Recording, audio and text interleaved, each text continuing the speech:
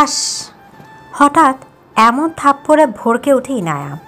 পেছনে তাকাতেই দেখে থাপ্পড় দেওয়া লোকটি আর কেউ নয় বরং তারই জানের শত্রু এবং আপন ফুফাতো ভাই। ইনায়া রেগে বলে ওঠে, তোর এত বড় সাহস কি করে হয় রাস্তায় দাঁড়িয়ে আমার গায়ে হাত তোলার? বেয়াদব মেয়ে, রাস্তায় দাঁড়িয়ে মারামারি করতে একটু লজ্জা করে না? আবার আমার সাহসের কথা জিজ্ঞেস করিস? চুপচাপ গাড়িতে উঠে বস, নাহলে আমার থেকে খারাপ কেউ হবে না, বলে দিচ্ছে। রাস্তায় দাঁড়িয়ে সিনক্রেট করিস না, নিজের না হোক অন্তত ফ্যামিলির সম্মানের কথা চিন্তা করে হলেও বাসায় চল। যদিও জানিস সম্মান জিনিসটা তোর সাথে যায় না। ইনায়া কিছু বলতে যাবে তার আগে রায়ান ওকে কোলে নিয়ে গাড়িতে বসিয়ে দেয়। ইনার রাগে ফুঁসতে থাকে। প্রায় 20 মিনিট পর গাড়ি এসে থামে চৌধুরী বাড়ির সামনে।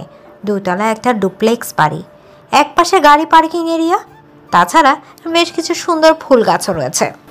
অতিরিক্ত রাগে ইনার মুখ দিয়ে কোনো কথাই বের হয় না। সে সোজা নিজের রুমে ঢুকে দরজা বন্ধ করে দেয়। ইনায়ার মা সাজেদা বেগমের বুঝতে বাকি নেই আজ নিশ্চয়ই তার মেয়ে নতুন কোনো ঝামেলা করে এসেছেন। রায়ান বেরিয়ে যেতে নিলে তিনি জিজ্ঞেস করেন, তুমি আবার কোথায় যাচ্ছ? আর ইয়ানা আজ কি করেছে? রায়ান একবার ইনায়ার যাওয়ার দিকে তাকায় আর বলে, কিছু না মামুনি, তোমার মেয়ের অসমাপ্ত ঝামেলার ফিনিশিং দিতে যাচ্ছে, দোয়া করো। রাত 10টা। ইনায়া এখনও রুম থেকে বের হয়নি। তার বাবা আজিজ চৌধুরী অফিস থেকে ফিরেছেন 1 ঘন্টা হলো। তিনি বেশ কয়েকবার ডাকাডাকি করার পর অবশেষে তার আদরের রাজকন্যা দরজা খুলেছেন। রায়ানের থেকে তিনি জানতে পেরেছেন তার মেয়ে আজ রাস্তায় 2টা ছেলেকে ইচ্ছামতো পিটিয়েছে। তাও তিনি মেয়েকে কিছু জিজ্ঞেস না করে আগে খেতে বসিয়েছেন, কারণ তিনি ভালো করে জানেন আবার রেগে গেলে এই বদমেজাজি মেয়েকে আর খাওয়ানো যাবে না। ইনায়া যতই রাগী হোক না কেন বাবাকে সে ভীষণ ভালোবাসে, তাই তো বাবার কোনো কথাই সে ফেলতে পারে না। খাওয়ার মাঝে ইনায়া বলে ওঠে, বাবা তোমার সত্যবাদী বিদ্যাসাগর আমার নামে কি বিচার দিল আজ? আজিজ সাহেব স্মিত হেসে বলে, সব নিয়ে পরেও আলোচনা করা যাবে না হয়, আগে খাওয়া শেষ করো। ইনায়া আর কথা বাড়ায় না, চুপচাপ খেয়ে নেয়। খাওয়া শেষ হলে সবাই যে যার মতো রুমে চলে যায়। সাজেদা বেগম কখনোই বাবা মেয়ের মধ্যে কথা বলার সাহস পায় না, তাই তিনি কখনো বলার চেষ্টাও করেন না। যদিও কথা বলে খুব একটা লাভ হয় না। সকাল 9টায় রায়ান ড্রয়িং রুমে বসে অপেক্ষা করছে ইনায়ার জন্য। আজিজ সাহেব বলে দিয়েছেন আজ থেকে ইনায়া রায়ানের সাথে ভার্সিটি আসা যাওয়া করবে, একা কোথাও ছাড়া যাবে না এই মেয়েকে। বলা তো যায় না কখন আবার কি ঝামেলা করে বসে। এদিকে ইনায়ার নিচে নামার কোনো নাম গন্ধই নেই, কারণ সে এই রায়ান নামক বাঁদরের সাথে কথাও যাবে না, বাবা যতই বলুক না কেন। ইনায়াকে নামতে না দেখে সাজেদা বেগম রায়ানকে বলে, বাবা তুমি গিয়ে নিয়ে এসো, আমি ডাকতে গেলে এখন আমার উপর রেগে যাবে। রায়ান ইনায়াকে ডাকতে গিয়ে দেখে রুমে কেউ নেই। কোথায় গেল ইনায়া? তখনই দরজার পেছন থেকে ইনায়া রায়ানকে মারতেই যাবে, সাথে সাথে রায়ান ইনায়ার হাত ধরে পেছনে ঘুরে নিজের বুকের সাথে মিশিয়ে নেয় আর বলে, রাস্তায় 2টা ছেলেকে মেরে তুই কি নিজেকে খুব শক্তিশালী মনে করছিস? ভুলে যাস না, এই সেলফ ডিফেন্স তোকে আমি সাফেদ ভুইয়া রায়ান শিখিয়েছে। তাই সব মাস্তানি একদম আমার সাথে দেখাবি না, নাহলে হাত পা ভেঙে ঘরে ফেলে রাখবো। ইনায়া চিৎকার করে বলে ওঠে, ছাড় ছাড় আমায়, অশুভ বেহায়া ছেলে, লজ্জা করে না সারাদিন আমার পেছনে পড়ে থাকতে? তোর কি আর কোনো কাজ নেই? চুপ, একদম চুপ, আর একটা শব্দ যাতে মুখ দিয়ে বের না হয়। এসব নাটক বাদ দিয়ে সোজা আমার সাথে চল, আমার কাজ আছে। আমার কাজ আছে কি নেই তোকে ভাবতে হবে না, এখন চুপচাপ রেডি হয়ে নিচে আয়, আমি গাড়িতে অপেক্ষা করছি। এই বলে রায়ান ইনায়াকে ছেড়ে নিচে চলে যায়। এদিকে ইনায়া আগে ফুঁসতে থাকে আর মনে মনে রায়ানকে হাজার গালাগাল করতে থাকে। বজ্জাত কোথাকার, আমার জীবনটাই তেজপাতা করে দিল। 10 মিনিট পর ইনায়া গাড়িতে এসে বসে।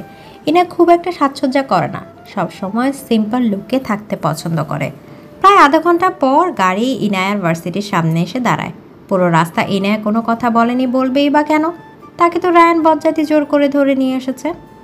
এই ফ্রি বডিগার্ড ইনায়ার একদমই পছন্দ না। কেন যে বাবা রায়ানের মতো একটা বজ্জাত ছেলেকে এত পছন্দ আর বিশ্বাস করে বুঝতেই পারে না সে। গাড়ি থেকে নামতেই রায়ান গম্ভীর গলায় বলে ওঠে, ক্লাস শেষে আমি নিতে আসবো, একদম কারোর সাথে ঝামেলা করবি না। ইনায়ের উত্তর দেওয়ার আগে রায়ান গাড়ি চালিয়ে চলে যায়। এদিকে কিছু বলতে না পেরে ইনায়ের রাগ দ্বিগুণ বেড়ে যায়। তবে কিছুই করার নেই, তার কোনো কথাই রায়ান গায়ে মাখবে না, তা সে খুব ভালো করেই জানে। এসব ভাবতে ভাবতে ভার্সিটিতে ঢুকে পড়ে সে। ভার্সিটিতে প্রবেশ করতে মুনা ওর গলা জড়িয়ে ধরে আর বলে, কী রে বেবি, তোর বডিগার্ড আজ তোকে ক্লাস পর্যন্ত এগিয়ে দিয়ে গেল না? বেশি কথা বলে না ওর ভাগের থাপ্পড় তোর গালে মারবো একদম। মেজাজ কিন্তু এমনিতেই আমার খারাপ আছে মোনা, প্লিজ আজকে আর আমায় রাগাস না, চল ক্লাসে যাই, এসব নিয়ে পরে কথা বলবো। ছুটির পর মোনা আর ইনা দাঁড়িয়েছিল গেটের সামনে। তখন মোনা হঠাৎ বলে, জানিসই নু, কালকে তুই যে ছেলেগুলোকে মারলি ওরা এখন হাসপাতালে, অনেক খারাপ অবস্থা। এমনভাবে না মারলেও পারতি রে। ইনায়া অবাক হয়ে বলে, কই আমি তো এভাবে মারিনি যে হসপিটালে ভর্তি করাতে হবে। শুধু কয়েকটা লাঠির বাড়ি দেওয়ার পর রায়ানের বাচ্চা এসে বাঁচিয়ে দিল। তুই শিওর যে ওদের অবস্থা বেশি খারাপ? আরে না, কি বলিস, আমি সকালেই শান্তর কাছ থেকে শুনেছি ছেলেগুলোর অবস্থা খুবই করুণ। তাই তো দেখলি না ক্লাসে সবাই তোর দিকে কেমন করে তাকিয়েছিল। হয়তো ভয় তোকে কেউ কিছু বলছে না। ইনায়া গতকালকের ঘটনা ভাবতে থাকে। তখনই রায়ান এসে বলে, আমার চিন্তা বাদ দিয়ে বাসায় চলুন মহারানী, আপনার গাড়ি চলে এসছে। ইনায়া মোনার দিকে তাকিয়ে হালকা হেসে বলে, দেখ মুনা, বডিগার্ড থেকে এখন ড্রাইভার হয়েছে, আরো কত কি যে দেখবো। রায়ান কিছু না বলে মোনাকে একটা রিক্সা ডেকে দেয়। তারপর ইনায়াকে নিয়ে চলে আসে। সে ইনায়ার এসব কথায় ছোটবেলা থেকে অভ্যস্ত। যদিও আগে অনেক ঝগড়া করত, তবে আজকাল এসব এনজয় করে। ইনায়া অবশ্য এই নিয়ে অনেক চিন্তিত, কেন রায়ান তাকে কিছু বলে না। আগে সামান্য দুঃসম্বোধন নিয়েও কত কি বলতো, মারতো, এখন সেটাও বলে না। তার অবশ্য একটা কারণ আছে। ইনায়া বলেছে যদি রায়ানকে সে আপনি করে বলে তাহলে সাথে ভাইয়াও ডাকবে, তাও আবার রায়ান ভাইয়া না, শুধু ভাইয়া। তখন থেকে রায়ান আর তাকে তুই বলা নিয়ে জোর করেনি। ইনায়া খুব ভালো করে জানতো রায়ান ভাইয়া ডাক শুনতে পারে না। ইনায়া তো তার আপন বোন না, তাহলে সে কেন রায়ানকে ভাইয়া ডাকবে। রায়ান ইনায়ার থেকে 4 বছরের বড়। যদিও এখনও মাঝে মাঝে বকা দেয় রায়ানকে তুই বলার জন্য, তাতে কোনো লাভ নেই।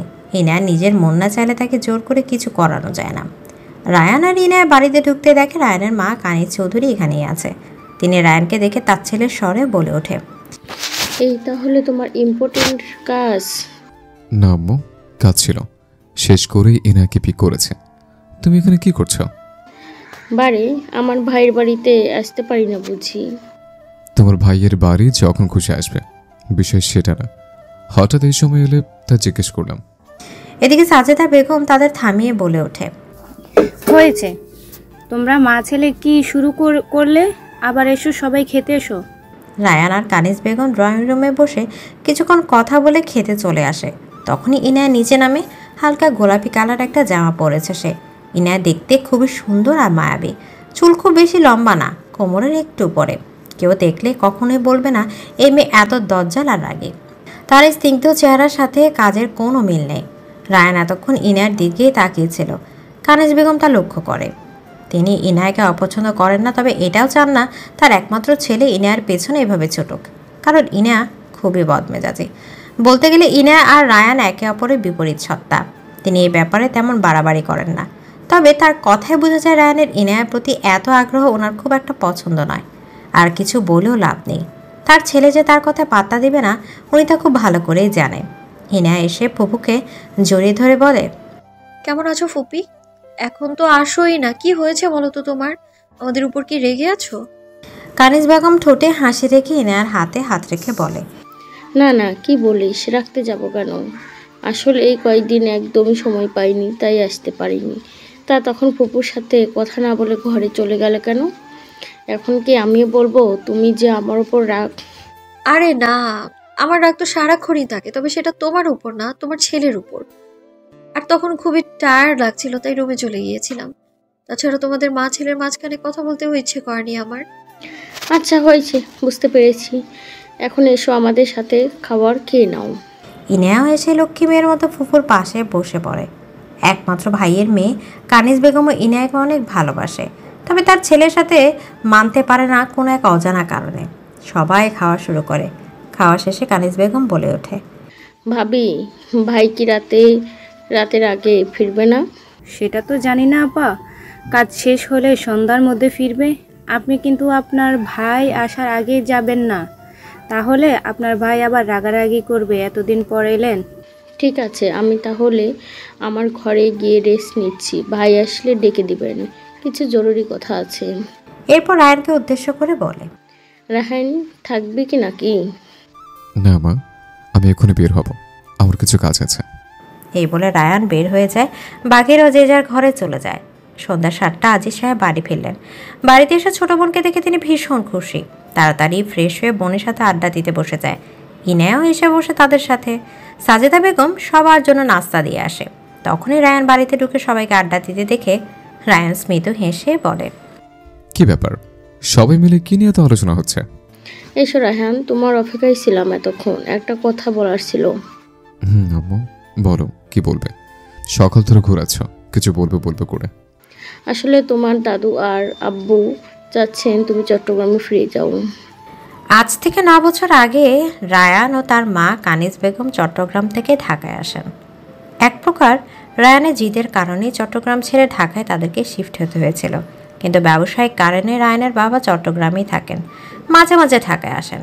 চট্টগ্রামে রায়ানের বাবা মঈনুদ্দিন ভূঁইয়া এবং তার 2 চাচা নুরুদ্দিন ভূঁইয়া ও জমির উদ্দিন ভূঁইয়া এবং তাদের দাদি সাবিনা বেগম সহ তাদের খুব সুন্দর একটা পরিবার ছিল।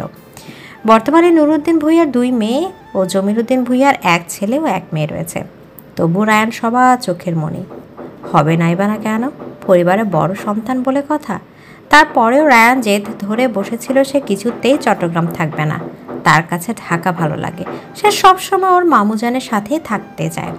প্রথমে তারা চৌধুরী বাড়িতে থাকলেও 1 বছরের মাথায় রায়ানের বাবা তাদের নতুন একটি বাড়ি বানিয়ে দিয়েছিল। তিনি চান না তার এবং তার স্ত্রীর সন্তান অন্যের বাড়িতে পড়ে থাকুক, যতই তা কানিজ বেগমের বাপের বাড়ি হোক না কেন। এছাড়াও একটা আত্মসম্মানের ব্যাপার তো আছে নাকি? মঈনুদ্দিন সাহেব যখনই সুযোগ পান ঢাকায় আসেন, তবে ব্যবসায়িক কাজের জন্য বেশিরভাগ সময় তাকে চট্টগ্রামেই কাটাতে হয়। রায়ান ও কানিজ বেগম প্রত্যেক বছর চট্টগ্রাম থেকে ঘুরে আসেন।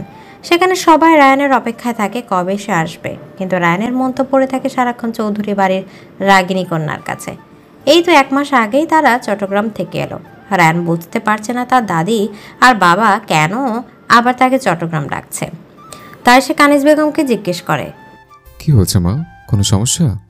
হঠাৎ চট্টগ্রাম যাওয়ার ডাক গেল কেন? এমন প্রশ্নে কানিজ বেগম যেন একটু বিরক্ত হন।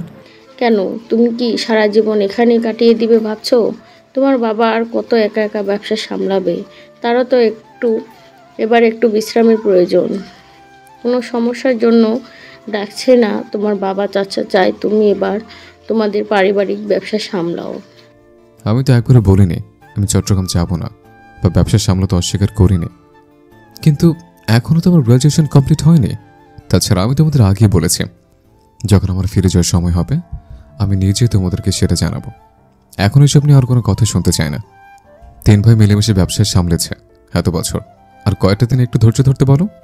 আজিজ সাহেব, সাজেদা বেগম বা ইনায়া কিছুই বলে না। তারা শুধু নীরব দর্শকের মতো মা ছেলের কথা শুনে যায়। কানিজ বেগম এবার খুব রেগে যায়। কি সমস্যা তোমার কারণে আমি আমার সংসার ছেড়ে গত 9 বছর ঢাকায় পড়ে আছি, তাতেও তোমার স্বাদ মিটছে না? না মা, আমি তোমায় একবারও বলিনি নিজের সংসার ছেড়ে আমার সাথে থাকতে। তুমি নিজ ইচ্ছে এখানে আছো। কই, এত বছর তো কোনো সমস্যা হয়নি। গত 2 বছর ধরে তোমার এসব নিয়ে চিন্তা দেখা দিয়েছে। কেন বলো তোমার? আমার এখানে থাকা নিয়ে তোমাকে কোনো স্যাক্রিফাইস করতে হবে না। তুমি নিশ্চিন্তে নিজের সংসারে ফিরে যেতে পারো। আমার সময় হলে আমিও যাব। এসব নিয়ে আর বাড়াবাড়ি করো না প্লিজ। কানিজ বেগম এবার না পেরে আজিজ সাহেবকে বলে, ভাইজান তুমি একটু কিছু বোঝাও, এভাবে আর কত? আজিজ চৌধুরী অসহায় মুখ করে বলে, আমি কি বুঝাবো বল? রায়ান তো আর ছোট বাচ্চা না। তাছাড়া সে এখানে থাকতে চাইলে আমি তো আর না করতে পারি না। ইনায়া মাঝখান থেকে বলে ওঠে, কেন বাবা, তোমার আদরের ছেলে, বোঝাও, কেন যাবে না সে? এরপর আবার রায়ানকে উদ্দেশ্য করে বলে, যা না ভাই, বুড়ি দাদি অপেক্ষা করছেন, কয়দিনই বা বাঁচবে? বেচারি দাদিমার শেষ ইচ্ছা ভেবে না হয় পূরণ করলেন। এমনিতেও লক্ষ্মী ছেলেদের বড়দের কথা শুনতে হয়, তাই না ফুপি? রায়ান রাগী চোখে তাকিয়ে ইনায়াকে দেখে আর বলে, তুমি এখানে কি করছো? যাও পড়তে বসো। আর আমার দাদি মরবে না বাঁচবে সেটা তুই না ভাবলেও চলবে। যা গিয়ে পড়তে বস। দেখো বাবা দেখো, রাগ নাকি শুধু আমি একাই দেখাই? দেখো তোমাদের ধোয়া তুলসী পাতা আমার সাথে কেমন করছে দেখো। আজিজ চৌধুরী বলেন, আহ, কি হচ্ছেটা কি সবাই মিলে? কি শুরু করলে বলো তো? আর রায়ান তো ঠিক কথাই বলেছে। মামুনি, যাও পড়তে বসো, তোমার না সামনে পরীক্ষা। ইনায়ের একটা সমস্যা আছে, সে অনেক বেশি রেগে গেলে আর কথা বলতে পারে না, কথা আটকে আসে তার। সে একটু চিল্লাচিল্লি করে রুমে গিয়ে দরজা বন্ধ করে দেয়। তার বাবাটাও হয়েছে বিশ্বাসঘাতক, নাহলে কেউ নিজের মেয়েকে বড় ছেড়ে বোনের ছেলের দিকে টানে নাকি? কই, ফুফুতো কোনোদিন তার হয়ে রায়ানকে কিছু বলে না, উল্টো সুযোগ পেলেই নিজের ছেলের গুণ গাইতে থাকে। এদিকে আজিজ সাহেব না পারলো বোনের মন রক্ষা করতে, না পারলো নিজের মেয়ের দুইজনই এখন তাকে ভুল বুঝছে। রাগ করে যে যার ঘরে চলে গেল। আজিজ সাহেব হতাশ চেহারা নিয়ে সেখানে বসে রইলেন। চৌধুরী বাড়িতে সবাই রাত 10টার মধ্যে রাতের খাবার শেষ করে। আজও সাজেদা বেগম টেবিলে খাবার বেড়ে সবাইকে ডাকাডাকি করছে। এদিকে সবাই যে যার মতো রাগ করে নিজেদের ঘরে দরজা লাগিয়ে বসে আছে। প্রত্যেকবারই সবাই রাগ করবে, আবার নিজেরাই ঠিক হয়ে যাবে। কিন্তু বেচারি সাজেদা বেগম হয়েছে এক জ্বালা। সবার রাগের ধকল তার উপর দিয়েই শেষ। এক সময় এক এক করে সবাই খাবার টেবিলে চলে আসে, কিন্তু তাদের রাগিনী কন্যা ইনায় আসে না।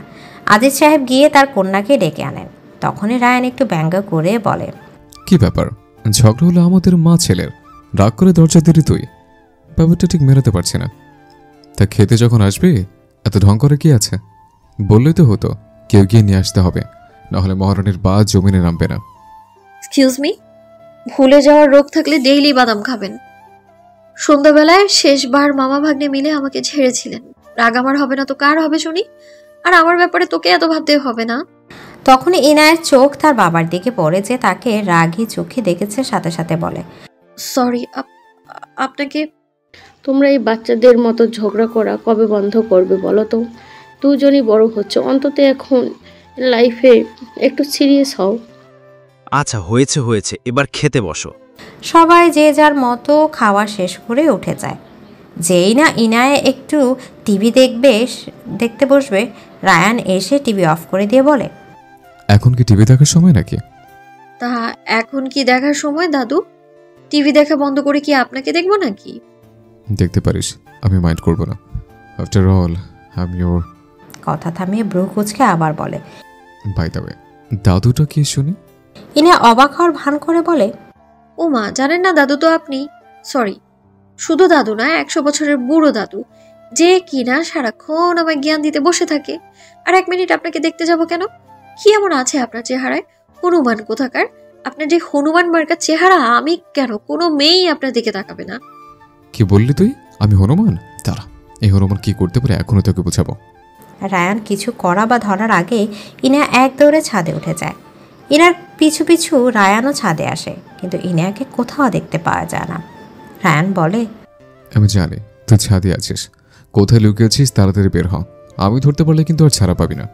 তবু ইনায়া জবাব দেয় না, যেন সেখানেই নেই, কিছু শুনতে পাচ্ছে না। তখনই রায়ান দেখে ছাদের সোফার পেছনে ইনায়ার ওড়নার এক অংশ দেখা যাচ্ছে। রায়ান কোনো কথা না বলে ধীরে ধীরে এসে ইনায়ার ওড়না টেনে নিজের হাতে নিয়ে আসে। হঠাৎ ওড়নায় টান পড়ায় ইনায়া ঘাবড়ে যায়। এদিকে চাঁদের আলোয় ইনায়াকে খুব মোহনীয় লাগছিল।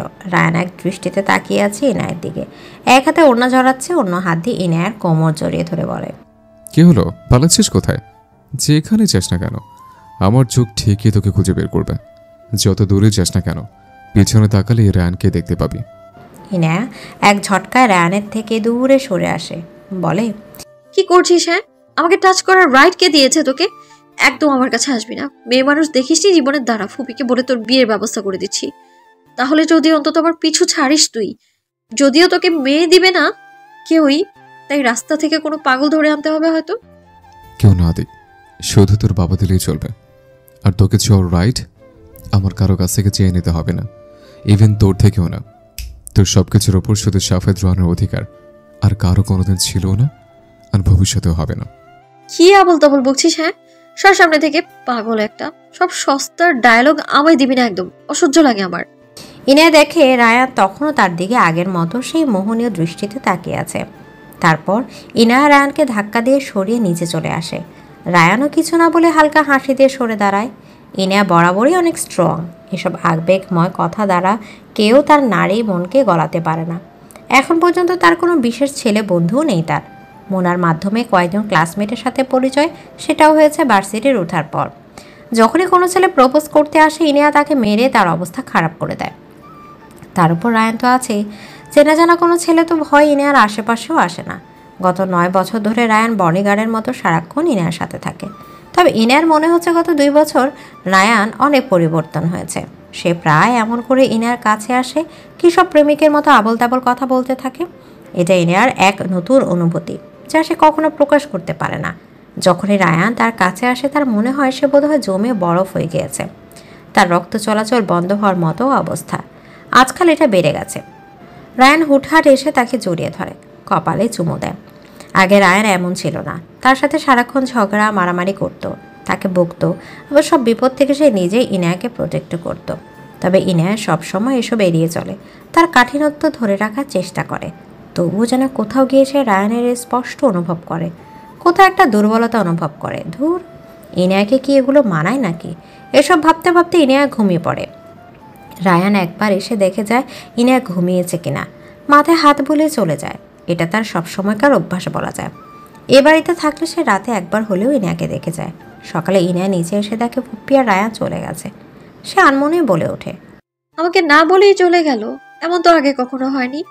সাজেদা বেগম বলেন, তোমাকে অনেকবার ডেকেছি, তুমি উঠোনি, তাই রায়ান বলল জোর করে উঠানোর প্রয়োজন নেই, ও সন্ধ্যায় আবার আসবে।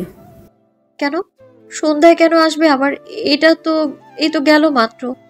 আম্মু, তোমরাও না বেশি আদর করে করে ওই বাদরটাকে একদম বেশি বড় বাদর বানিয়ে ফেলেছো। আর ওই বজ্জাত বাদরটা তো পারলে রাত দিন 24 ঘন্টা এই বাড়িতেই পড়ে থাকতে চায়। কি এইভাবে তাকাচ্ছ কেন আমার দিকে? খেয়ে ফেলবে নাকি? সাজেদা বেগম রাগী চোখে মেয়ের দিকে তাকিয়ে বলে, এসব কি ভাষায় কথা বলছো তুমি? আজকাল খুব সাহস বেড়েছে তোমার। আসুক তোমার বাবা, জিজ্ঞেস করব লেখাপড়া কি এসব শেখা জন্য করাচ্ছে নাকি? আদর করে করে কি রায়ানকে বাদর করেছি নাকি তোমাকে? আর ভুলে যেও না, রায়ান তোমার বড় হয়, সম্মান দিবে তাকে। ছেলেটা কি না করে তোমার জন্য, আর তুমি কি না তার ব্যাপারে এভাবে কথা বলছো? হিনা হাত উঠিয়ে বলে, হয়েছে হয়েছে, কথায় কথায় বাবার ভয় দেখাতে হবে না। এখন বলো, আমি কি আজ ভার্সিটিতে যাব না? তোমাদের মহাগুণী ছেলে যে আমায় ফেলে চলে গেল। না থাক, আজ আর যেতে হবে না। কয়টা বাজে দেখছিস? ভার্সিটির সময় কি তোমার জন্য দাঁড়িয়ে আছে নাকি? আসো, নাস্তা করে ঘরে গিয়ে পড়তে বসো। ইনায়া আর কথা বাড়ায় না। মায়ের সাথে ঝগড়া করে তেমন মজা পাওয়া যায় না। ইনায়া নাস্তা শেষ করে নিজের রুমে চলে যায়। রায়ান এবছর ঢাকা বিশ্ববিদ্যালয় থেকে মাস্টার্স দিবে, আর মাত্র 1 সপ্তাহ পরে মাস্টার্স ফাইনাল পরীক্ষা শুরু। এখন সে ভীষণ ব্যস্ত।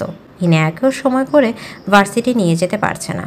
ইনায়া পড়ালেখায় এতটাই মনোযোগী নয়, শুধু কোনো রকম মান সম্মান বাঁচানোর মতোই রেজাল্ট হলেই হলো তার। রায়ানের রেজাল্টের কাছে তার মার্কস সবার কাছে অল্পই মনে হয়। তার সবাই সারাক্ষণ তাকে পড়ার জন্য বলতে থাকে। ইনায়া DIU এর 2য় বর্ষের শিক্ষার্থী। এমন না যে চান্স না পাওয়ায় বা খারাপ রেজাল্টের কারণে প্রাইভেট ভার্সিটিতে ভর্তি হয়েছে। বলতে গেলে অনেক ভালো রেজাল্ট এসেছিল, কিন্তু ইচ্ছে করে ঢাকা বিশ্ববিদ্যালয়ে ভর্তি হয়নি সে, কারণ রায়ানও আছে সেখানে। তাছাড়া মোনা ওর একমাত্র বান্ধবী হওয়ায় মোনা যেখানে ভর্তি হয়েছে ইনায়াও কোথাও অ্যাপ্লাই না করে সেখানে ভর্তি হয়ে যায়। সময় যেন কাটতেই চায় না। এর কয়েকদিন ইনায়া ভার্সিটি যায় না। রায়ানও এখন খুব কম আসে। বিকেল 4টায় ইনায়া বারান্দায় দাঁড়িয়ে মোনাকে কল দেয়। কিছুক্ষণ পর মোনা কল রিসিভ করে বলে, কি জান, মনে পড়লো তাহলে আমার কথা? ভার্সিটি আসিস না কেন বলতো? কি হয়েছে তোর? তুই তো ঘরে বসে থাকার মেয়ে না। আর বলিস না, সে অনেক কাহিনী। এখন খুবই বিরক্ত লাগছে, একটু বাসা নিচে এত ফুচকা খেয়ে আসি। ও মা, যেভাবে বলছিস মনে হচ্ছে আমি তোর বয়ফ্রেন্ড। তা তোর বয়ফ্রেন্ড? সরি, বডিগার্ডকে বল, দেখবি তোর বাসার নিচে ফুচকার দোকান সহ নিয়ে চলে আসবে। বাজে বকিস না তো মুনা, এমনিতেই মেজাজ খারাপ। ওই বজ্জাত লোকটার কথা মনে করিয়ে আর খারাপ করিস না তো। কেন রে, কি হয়েছে? রায়ান ভাইয়াস আবার কি করলো? কি করেনি বল? ওই দিন রাতেও তো। কি হলো, চুপ হয়ে গেলি কেন? রাতে কি হয়েছে বল। কিছু না, তুই আয়, আমি ওয়েট করছি। এই বলে ইনায়া কল কেটে দিয়েছে। এই মুনা হলো আরেক শয়তান। রাতের কথা শুনলে তিলকে তাল বানিয়ে বাজে বকতে শুরু করবে। বিকেল 5টায় মুনা আর ইনায়া পার্কে বসে ফুচকা খাচ্ছিল। তখনই ইনায়া দেখে রায়ান একটা মেয়ের সাথে পার্কে বসে আছে, কী সব কথা বলছে। দেখে মনে হচ্ছে খুব গুরুত্বপূর্ণ আলাপ চলছে কোনো বিষয়ে। মেয়েটাকে চেনা মনে হচ্ছে না। কে হতে পারে যার সাথে রায়ান এভাবে পার্কে বসে কথা বলছে? ইনায়া অবাক হয়ে যায়। সে ভেবেছে রায়ান হয়তো পরীক্ষার প্রস্তুতি নিতেই ব্যস্ত, তাই সে মোনার সাথে বের হয়েছে। মায়ের সাথে কতই না যুদ্ধ করতে হলো বের হওয়ার জন্য। এতক্ষণ ভাবছিল বাবা আসলে সে কি করে বাবাকে ম্যানেজ করবে, কি বলবে। আর রায়ান কিনা অন্য একটা মেয়ে নিয়ে পার্কে বসে আছে। তার খুব রাগ হয়। সে উঠে গিয়ে রায়ানের সামনে দাঁড়ায়। হঠাৎ ইনিয়াকে সামনে থেকে তার দুজনে চুপ হয়ে যায়, সাথে একটু অবাকও হয়। ইনিয়া বলে, কি হলো, আমায় দেখে চুপ হয়ে গেলে কেন? কি এমন কথা বলছিলে যা আমি শুনতে পারবো না? রায়ান স্বাভাবিকভাবে বলে, তুই এখানে কি করছিস আর একে বের হয়েছিস কেন? কোন জরুরি দরকার হলে আমাকে জানাতে পারতে। হিনা তার ছেলের স্বরে বলে, নিজে মেয়ে নিয়ে পার্কে বসে আড্ডা দিচ্ছিস আর আমি বের হলেই দোষ? বাহ! রায়ান বিরক্ত হয়ে উঠে দাঁড়িয়ে শক্ত করে এনার হাত চেপে ধরে বলে, একদম বাজে বকবি না। আর আমি আড্ডা দিচ্ছিলাম না, চুপচাপ বাসায় যা। এসব নিয়ে তোর মাথা না ঘামালে চলবে। কেন আমি বাসায় কেন যাব? আর এই মেয়েকে, হ্যাঁ, যার সাথে এত গুরুত্বপূর্ণ আলাপ চলছে? সেই জবাব কি তোকে দিতে হবে নাকি? যেটা বলছিস সেটা কর। ইনিয়া রায়ানের থেকে নিজের হাত ছাড়াতে ছাড়াতে বলে, তুই আমাকে জবাব না দিতে পারলে আমিও তোর কথা শুনতে বাধ্য নই। রায়ান আর কিছু বলার আগেই ইনায়া রেগে সেখান থেকে চলে আসে। রায়ান আসতে চাইলে ইনিয়া বলে, একদম আমার পিছনে আসবি না। যার সাথে গুরুত্বপূর্ণ আলাপ করছিলি তার সাথেই বসে থাক, যা। আমার কথা ভাবতে হবে না, আমি একা এসেছি, একাই যেতে পারবো। রায়ান আর কথা বাড়ায় না। সে ভাবতে থাকে তার রাগিনী কি কষ্ট পেল। আজ 3 দিন হয়ে গেল ইনিয়া রায়ানের সাথে কথা বলে না। কথা তো দূর, রায়ান এলিয়ে সে রায়ানের সামনেও যায় না। যাবে বা কেন? এই বজ্জার ছেলে বাইরে একটা মেয়ের সামনে তাকে অপমান করেছে। ইনিয়া চৌধুরীকে অপমান করেছে, এত সহজে কি ভোলা যায়? রায়ানও খুব একটা জোর দেয়নি এ বিষয়ে, তবে 2-3 বার এসেছিল, কিন্তু ইনিয়া রায়ানের কোনো কথাই শোনেনি। ইনিয়ার বাবা মা কিছু বলতে গেলেও রায়ান বাধা দিয়েছে, বলেছে সে সামলে নেবে, কিন্তু কোনোভাবেই ইনিয়ার মন গলাতে সক্ষম হয়নি সে। আগামীকাল থেকে রায়ানের পরীক্ষা শুরু হবে। ইনিয়ার সন্ধ্যায় বারান্দায় দাঁড়িয়ে ভাবছে কাল থেকে নিশ্চয়ই রায়ান আর আসবে না। তার সাথে কথা বলতে চাওয়ার বাইরাও ধরবে না। না আসলেই বা তার কি, সে তো চায় না রায়ান আসুক। না আসলে ভালোই হবে, ওই হনুমানটার প্যাচ প্যাচ শুনতে হবে না। হঠাৎ বারান্দায় খুব সুন্দর একটা ঘ্রাণ অনুভব করে সে। পেছন ফিরতে দেখে কেউ এক হাতে দিয়ে সাদা গোলাপের অনেক বড় একটা বুকে তার মুখের সামনে ধরে রেখেছে, আর অন্য হাতে অনেকগুলো চকলেট দিয়ে দাঁড়িয়ে আছে, সাথে গানও গাইছে। तेरे इश्क पे तेरे वक्त पे बस हक है कि मेरा, तेरा रूह पे तेरे जिस्म पे बस हक है कि मेरा, बस हक है कि मेरा, बस हक है कि मेरा। হিনে প্রথমে তার পছন্দের সাদা গোলাপ দেখে অনেক খুশি হয়ে যায়। তারপর যখন বুকে সরাতে রায়ানকে দেখতে পায়, সাথে সাথে তার রাগ হয়। বুকেটা রায়ানের মুখে ছুঁড়ে মেরে বলে, কেন এসেছিস এখানে? মানা করেছি না আমার সামনে আসতে? আর এইসব কি? এগুলো কেন এনেছিস? এগুলো কি তোর আমাকে দেওয়ার কথা? আর উল্টাপাল্টা গান গাইছিস কেন? কি বোঝাতে চাচ্ছিস এসব করে? রায়ান হেসে বলে, তো আর কাকে দিব? তোর চেহারার কি আছে আর আমার? তুই আমাকে ভুল বুঝছিস এনো। একবার আমার কথা শোন, একটু কথা বল আমার সাথে। তুই কথা না বলে যে আমার কষ্ট হয়, রাগ কর, মার, যা ইচ্ছা কর, তা কথা বল প্লিজ। প্লিজ এনো, এমন করিস না আমার সাথে। ইনায়া মুখ গোমড়ো করে অভিমানী স্বরে বলে, কে বলেছে আমি তোর কেউ হই? আর আমি কোনো ভুল বুঝছি না। তাছাড়া তুই কার সাথে কোথায় বসলি, কথা বললি, তাতে আমার কিছুই যায় আসে না। যখন জিজ্ঞেস করেছিলাম তখন বলিস, তাই এখন আর শুনবো না আমি। আর তোর সাথে কথা বলার মতো কোনো ইচ্ছাই আমার নেই। চলে যা এখান থেকে, এসব করে কোনো লাভ নেই। রায়ান সাফাই গাইতে গিয়ে বলে। তেমন কিছুই না আসলে। ইনায়া রায়ানকে থামিয়ে বলে, দেখ ভাই, এসব ঢং বন্ধ কর, অসহ্য লাগছে, প্লিজ যা এখান থেকে। বললাম তো কথা বলতে ইচ্ছে করছে না। রায়ান ফুলের তোড়া আর চকলেটগুলো একপাশ রেখে ইনায়াকে শক্ত করে জড়িয়ে ধরে বলে, চুপ, অনেক কথা বলে ফেলেছিস। এবার চুপচাপ দাঁড়িয়ে মাথা ঠান্ডা করে আমার কথা শোন। ইনায়া চুপচাপ দাঁড়িয়ে থাকে। রায়ানের থেকে নিজেকে ছাড়ানোর চেষ্টা করে, কিন্তু রায়ান কিছুতেই তাকে ছাড়ে না। তার কাছে এই মুহূর্তে রায়ানকে খুবই বিরক্ত লাগছে, কিন্তু কিছু বলে না, কারণ সে সত্যি জানতে চায় আসলে মেয়েটা কে। রায়ান শান্ত গলায় বলতে থাকে, ওই মেয়েটা আমার বন্ধুর গার্লফ্রেন্ড। আমি সেদিন পার্কে ওই মেয়েটার সাথে না, আমার বন্ধু নাহিদের সাথে দেখা করতে গিয়েছিলাম। আসলে মেয়েটার বাড়ি বরিশাল। সে নাহিদের সাথে পালিয়ে এসেছে ঢাকায়। বিপদে পড়ে ওরা আমাকে ডাকে, আর যখন নাহিদ জানতে চায় ঠিক তখন তুই আমাকে ওই মেয়ের সাথে দেখে পাগলামি শুরু করে। আমি কি করব বল? তখন না ওদের কইভাবে রেখে চলে আসতে পারছিলাম, না তোকে বোঝাতে পারছিলাম। ইনায়া একটু চুপ, দেখে বোঝার উপায় নিয়ে রাগ কমেছে নাকি বাড়ছে। রায়ান আবার বলে, কিরে, এখনো রাগ করে থাকবি? কিছু তো বল প্লিজ, কি শাস্তি দিতে চাস বল। সব মঞ্জুর, তবুও কথা বল আমার সাথে। ইনায়া নিজেকে রায়ানের থেকে ছাড়িয়ে বলে, ওই মেয়েটা নাহিদ ভাইয়ার সাথে কেন? আপনার সাথে পালিয়ে আসলেও আমার কিচ্ছু যায় আসে না। এখন যান এখান থেকে, কালকে না পরীক্ষা। By the way, thanks for flowers, now leave. এই বলে ইনায়া নিজের ঘরে গিয়ে দরজা বন্ধ করে দেয়। রায়ান তখনও বারান্দা দাঁড়িয়ে হাসছে। এই প্রথমবার তার রাগিনী তার স্পর্শে রাগ দেখায়নি, উল্টো ফ্লাওয়ার জন্য থ্যাঙ্কস বলেছে। সে মনে মনে বলে, আমার হৃদয়ের রাগিনী, তোমার মুখ থেকে একটু কথা শোনার জন্য, তোমার একটু তেজ দেখার জন্য গত কয়েকটা দিন অনেক ছটফট করেছে। ধর, একটা চুমু দিতে পারলাম না, তার আগে চলে গেল। রায়ানও আর কথা না বাড়িয়ে বাসায় চলে যায়। পরীক্ষার জন্য প্রস্তুতি নিতে হবে, অনেক ধকল গেছে এই কয়দিনে, কত দিক যে তাকে সামলাতে হয়। রাতে ইনায়া ফুলগুলোর সাথে অনেক ছবি তোলে, সেগুলো ঘ্রাণ অনুভব করে।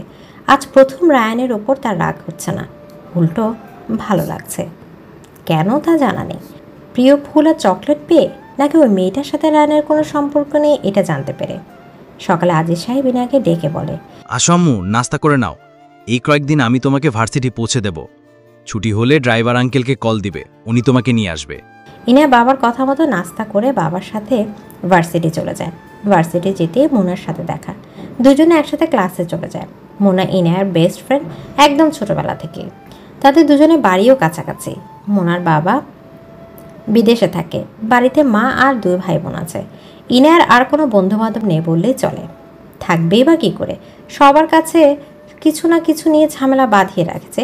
ক্লাস শেষ করে বাইরে আসতে ইনায়া মোনাকে বলে, মোনা চল আজ লাঞ্চটা রেস্টুরেন্টে গিয়ে করি।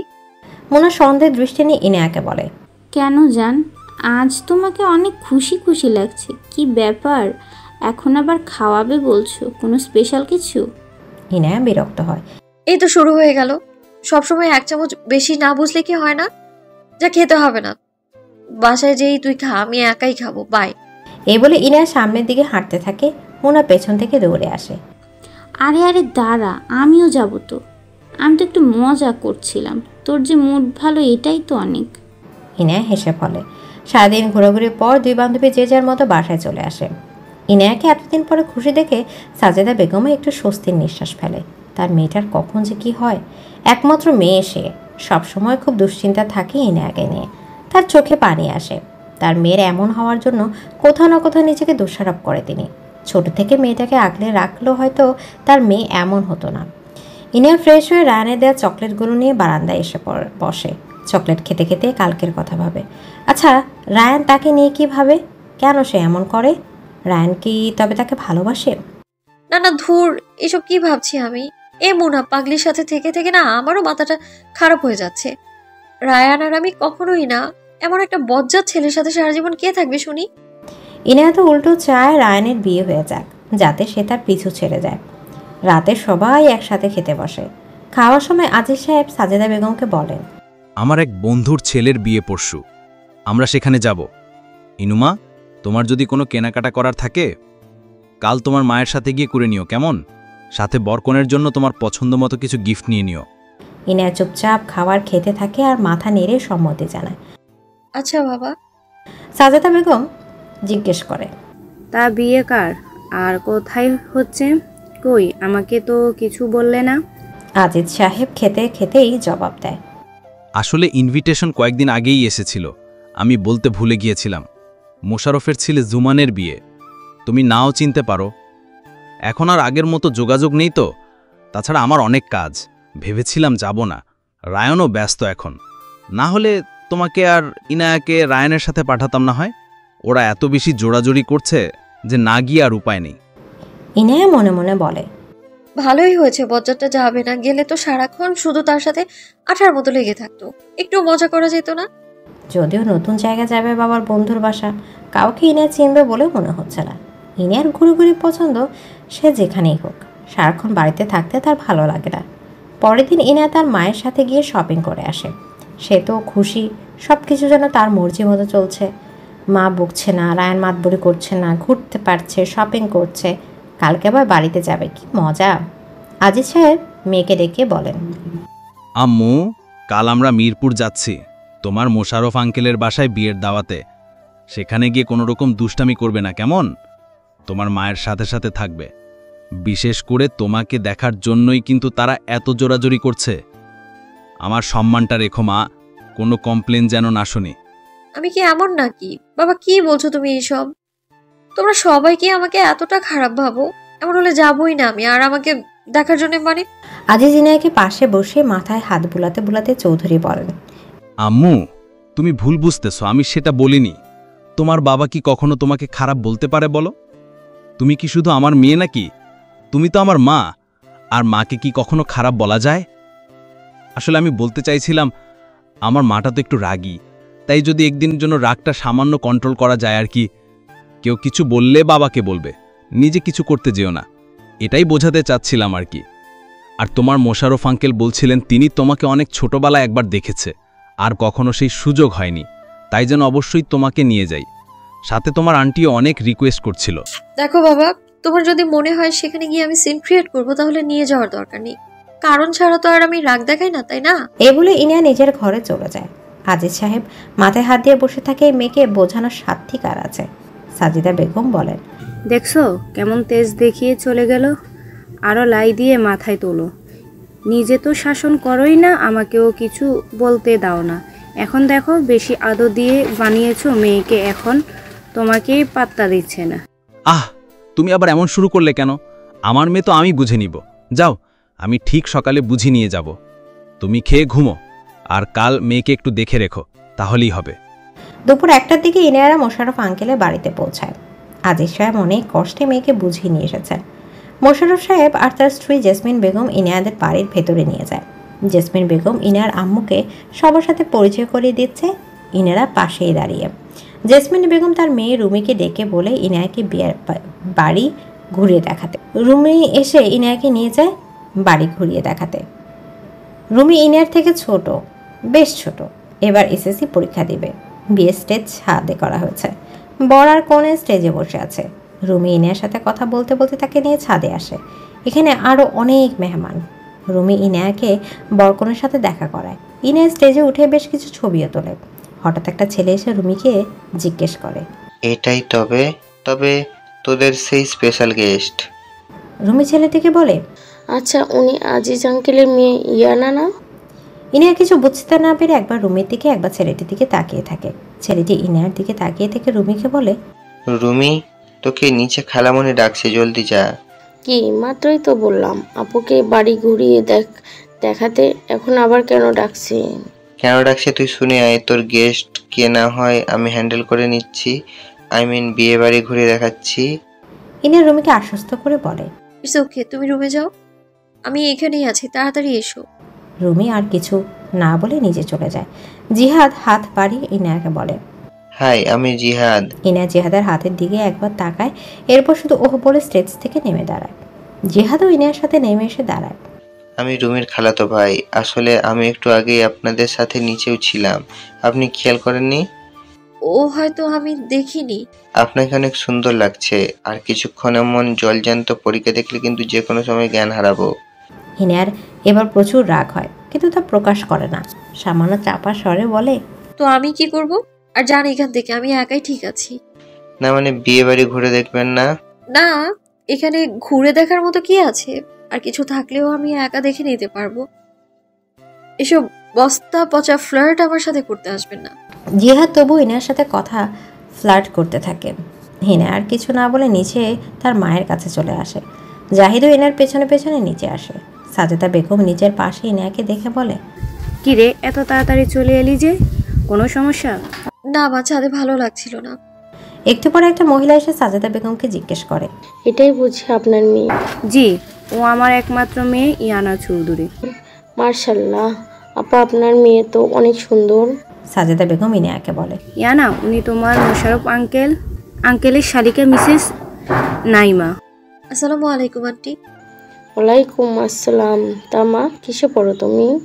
জি, অনার্স দ্বিতীয় বর্ষে। মিসেস নাইমা সাজেদা বেগমকে বলে, আপা, আপনার মেয়েকে বিয়ে শাদী দিবেন না? সাজেদা বেগম কিছু বলার আগে ইনা জাহিদের দিকে ইশারা করে বলে, আন্টি, ওটাই বুঝি আপনার ছেলে? মহিলা সেদিকে তাকিয়ে হাঁ বলতেই ইনা বলে ওঠে, সরি আন্টি, আপনার ছেলেকে তো আমি বিয়ে করব না, অন্য জায়গায় ট্রাই করতে পারেন। সাজেদা বেগম রেগে মেয়ের দিকে তাকিয়ে চুপ করতে ইশারা করে। কি হচ্ছে কি? চুপ করো, কি এসব বলছো? সাজেদা বেগম ভীষণ লজ্জা পেলেন। মহিলাটির থেকে মেয়ের হয়ে ক্ষমা চেয়ে নিলেন। সরি আফা, মজা করছে, আজকালকার মেয়ে বুঝিনি তো। এরপর ইনায়াকে উদ্দেশ্য করে বলেন, সরি বলো আন্টিকে। ইনায়া কপাল জড়িয়ে বলে, আমি কেন সরি বলবো মা? আমি তো ঠিক কথাই বলেছি। তুমি জানো ওনার ছেলে ছাদেও আমার সাথে ফ্লার্ট করছিল, আর এখন নিজের মাকে পাঠিয়েছে। সবাই তো ইনায়ের দিকে হা করে তাকিয়ে আছে। কেমন নির্লজ্জ মেয়ে, বিয়ের প্রস্তাব দেওয়ার আগেই মুখের ওপর না করে দিলাম। সাজেদা বেগম তো লজ্জায় কিছু বলতেই পারে না, তবু ইনাকে ধমকাতে থাকে। ইনা রেগে বাইরে চলে আসে। এখানে থাকার কোনো মানেই হয় না। মা ওই ছেলেটাকে না বকে মহিলাকে কিছু না বলে উল্টো কিনা তাকে বকছে। এখন বাবাকে বলতে গেলে বাবাও তাকে বকবে। সে থাকবেই না এখানে। বাইরে এসে ইনা রায়ানকে কল দেয়। কি ব্যাপার? সেই কখন বললাম তোকে আসতে, এখন এতক্ষণ লাগে? কি হয়েছে বলতো? 15 মিনিট আগেই তো মেসেজ দিয়ে আসতে বললি। এর মধ্যে আমি কি করে আসবো বল? একটু টাইম তো দে। আর এই তো চলে এসেছে। আর তুই না বিয়ে খেতে গেলে, এর মধ্যে খাওয়া শেষ নাকি? তোকে আসতে বলেছি, তুই আয়। এত কথা কেন বলছিস? হ্যাঁ এই তো আর 2 মিনিট। ইনা কল কেটে দেয়। সে রায়ানের জন্য আর দাঁড়িয়ে না থেকে সামনে হাঁটতে থাকে। কখন আবার মা খুঁজতে খুঁজতে এখানে চলে আসে। সে আর কিছুতেই ভেতরে যাবে না। একটু সামনে যেতে কেউ ইনাকে ডাকে। ইনা পিছন ঘুরতেই জিহাদকে দাঁড়িয়ে আছে দেখতে পায়। সে বিরক্ত হয়ে জিহাদকে বলে, আমার পেছন পেছন বাইরেও চলে এসেছেন? এত নির্লজ্জ আপনি। জিহাদ ইনাকে কথা শেষ করতে না দিয়ে নিজেই বলে ওঠে, আপনি আমার মায়ের সাথে এমন ব্যবহার করলেন কেন? কিসের এত দিমাগ? পরি বলেছি বলে কি সত্যি নিজেকে পরি ভাবছেন নাকি? আর আমার মায়ের থেকে ক্ষমা না চেয়ে পালাচ্ছেন কোথায়? এরপর সে ইনার হাত ধরে বলে, চলুন এক্ষুনি গিয়ে আমার মায়ের কাছে ক্ষমা চাইবেন। ইনা হাত ছাড়াতে চেষ্টা করে আর বলে, how dare you to touch me? ছাড়ুন আমায়, না হলে। না হলে কি করবেন? তখনই রায়ান এসে জিহাদের কলা চেপে ধরে বলে, তাহলে কি করব?